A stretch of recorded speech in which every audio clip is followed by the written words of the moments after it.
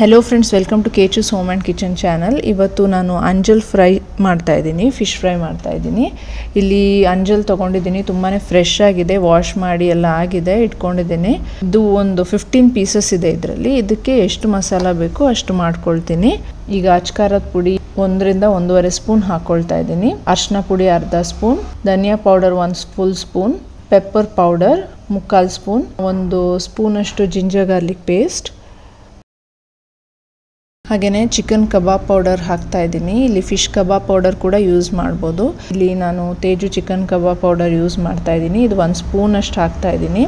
ಇದು ಆಪ್ಷನಲ್, ನಿಮಗೆ ಬೇಕಿದ್ರೆ ಹಾಕೋಬೋದು, ಇಲ್ಲದಿದ್ರೆ ಎಕ್ಸ್ಕ್ಲೂಡ್ ಮಾಡಿ ಸೇಮ್ ಮಸಾಲಾನ ಫಿಶ್ ಫ್ರೈಗೆ ಹಾಕೋಬೋದು। ಉಪ್ಪು ರುಚಿಗೆ, ಹಾಗೇನೇ ಹುಣಸೆಹಣ್ಣು ರಸ ಹಾಕ್ತಾ ಇದ್ದೀನಿ। ಇದು ನಾನು ಮುಂಚೆನೇ ನೆನೆಸಿಟ್ಕೊಂಡಿದ್ದೆ, ಸ್ವಲ್ಪ ಜಾಸ್ತಿನೇ ಬೇಕು ಹುಣಸೆಹಣ್ಣು। ಹುಣಸೆಹಣ್ಣನ್ನ ನೀರಲ್ಲಿ ನೆನೆಸಿಟ್ಬಿಟ್ಟು ಈ ಥರ ಗಟ್ಟಿ ರಸನ ಹಾಕ್ತಾ ಇದ್ದೀನಿ। ತುಂಬ ಲಿಕ್ವಿಡ್ ಆದರೆ ಅದು ಮಸಾಲ ತುಂಬ ನೀರಾಗ್ಬೋದು, ಅದಕ್ಕೋಸ್ಕರ ದಪ್ಪಕ್ಕೆ ಗಟ್ಟಿಯಾಗಿರೋ ರಸನ ತಗೊಳ್ತಾ ಇದ್ದೀನಿ। ಹುಣಸೆಹಣ್ಣು ರಸ ಇಲ್ಲದಿದ್ದರೆ ನೀವು ನಿಂಬೆಹಣ್ಣು ಕೂಡ ಯೂಸ್ ಮಾಡ್ಬೋದು। ಸೊ ನಾನು ಸ್ವಲ್ಪ ನೀರು ಕೂಡ ಆ್ಯಡ್ ಮಾಡ್ತಾ ಇದ್ದೀನಿ, ಇವಾಗ ಸ್ವಲ್ಪ ಗಟ್ಟಿ ಅನ್ನಿಸ್ತಾ ಇದೆ ಮಸಾಲ। ಉಪ್ಪು ಸ್ವಲ್ಪ ಖಡಕ್ಕಾಗೇ ಇರಬೇಕು ಮಸಾಲಾಗೆ, ಹಾಗಾಗಿ ಸ್ವಲ್ಪ ಉಪ್ಪು ಜಾಸ್ತಿನೇ ಹಾಕೋಬೇಕು, ಕಮ್ಮಿ ಆದರೆ ಸ್ವಲ್ಪ ಹಾಕ್ಕೊಳ್ತೀನಿ। ಇವಾಗ ಇದೆಲ್ಲ ಮಸಾಲ ಎಲ್ಲ ರೆಡಿಯಾಗಿದೆ, ಈಗ ಫಿಶ್ಗೆ ಎಲ್ಲ ಹಚ್ಚೋಣ।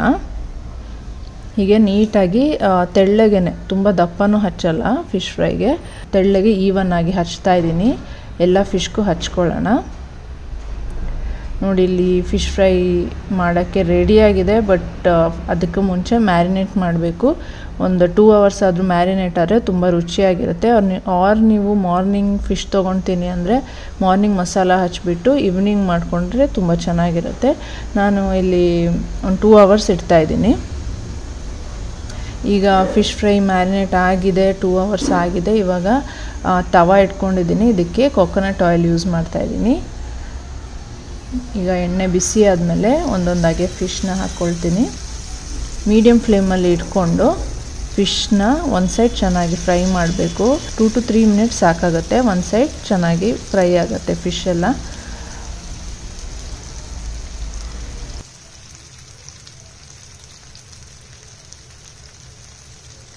ಓಕೆ, ಇವಾಗ ಒಂದು 3 ನಿಮಿಷ ಆಗಿದೆ, ಈಗ ಇನ್ನೊಂದು ಸೈಡ್ ಫ್ರೈ ಆಗಬೇಕು।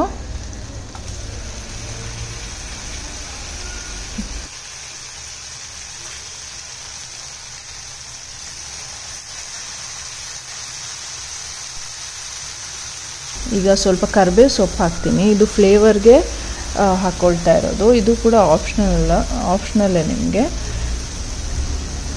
ಓಕೆ, ಇವಾಗ ಫಿಶ್ ಫ್ರೈ ರೆಡಿಯಾಗಿದೆ, ಈಗ ಪ್ಲೇಟ್ಗೆ ಹಾಕ್ಕೊಳ್ತಾ ಇದ್ದೀನಿ। ನೋಡಿ, ಅಂಜಲ್ ತವಾ ಫಿಶ್ ಫ್ರೈ ರೆಡಿಯಾಗಿದೆ, ನೀವು ಟ್ರೈ ಮಾಡಿ, ತುಂಬಾ ಈಸಿ ರೆಸಿಪಿ। ಇಷ್ಟ ಆಗಿದ್ರೆ ಲೈಕ್ ಮಾಡಿ, ವಿಡಿಯೋನ ಶೇರ್ ಮಾಡಿ, ಚಾನಲ್ನ ಸಬ್ಸ್ಕ್ರೈಬ್ ಮಾಡಿ। ಮತ್ತೆ ನೆಕ್ಸ್ಟ್ ವಿಡಿಯೋದಲ್ಲಿ ಸಿಗ್ತೀನಿ, ಅಲ್ಲಿವರೆಗೂ ಬಾಯ್।